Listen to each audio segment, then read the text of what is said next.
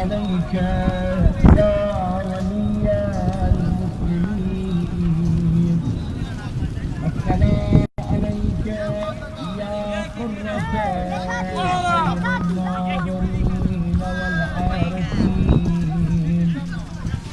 السلام عليك يا خلف السابقين. السلام عليك يا وصي الوصيين.